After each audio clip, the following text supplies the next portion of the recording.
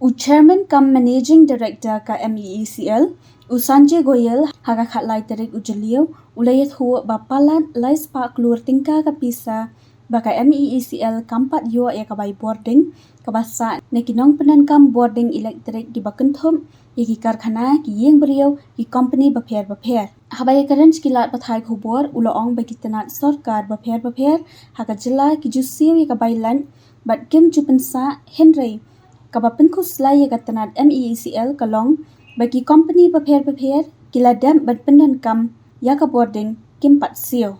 The others are the cases of the disconnections, which have already, they are no more getting supply from us, but at one point of time they have taken power from us and they have been disconnected, and those amounts are quite huge, and some of them have gone into the NCLT also, declaring themselves as insolvent. So we are fighting the matter before the NCLT, so that we also get our dues out of the entire settlement which happens.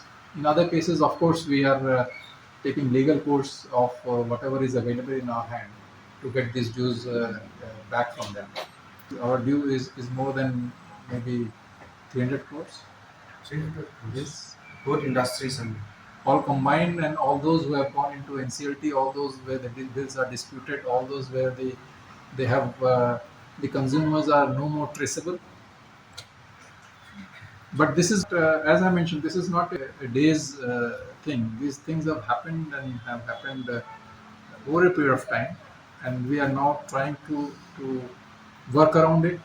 How much of it is recoverable, and how much of it we need to take legal course and legal action against them. As I mentioned, one classic example was these mobile towers. Same companies is existing in the state. They are not paying certain cases. In certain cases, they are paying. They should pay for all, and conveniently getting disconnected and taking another connection. That is not allowed, and we will take strict action against that.